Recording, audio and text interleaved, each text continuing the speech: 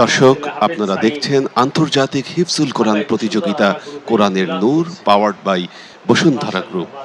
দর্শক, আমাদের এবারের প্রতিযোগী হাফেজ সাইম আলী। আসসালামু আলাইকুম ওয়া রাহমাতুল্লাহি ওয়া বারাকাতুহু। وعليكم السلام ورحمة الله وبركاته. أعوذ بالله من الشيطان الرجيم. فإنك لا تسمع الموتى ولا تسمع الصم الدعاء. أعوذ بالله من الشيطان الرجيم. بسم الله الرحمن الرحيم. فإنك لا تسمع الموتى ولا تسمع الصم الدعاء إذا ولوا مدبرين. وما أنت بهاد العمي عن ضلالتهم إن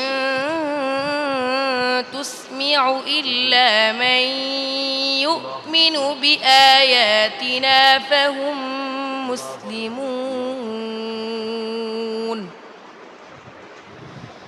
الله الذي خلقكم من ضعف ثم جعل من بعد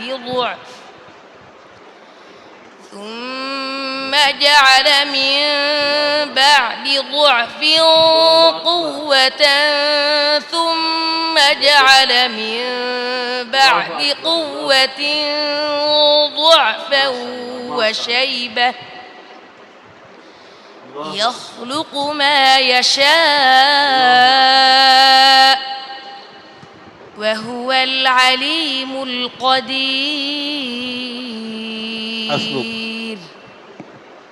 صدق الله العظيم.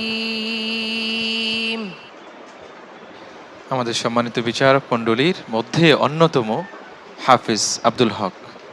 জি আলহামদুলিল্লাহ, সাইম আলী খুব সুন্দর তেলাওয়াত করেছে আলহামদুলিল্লাহ।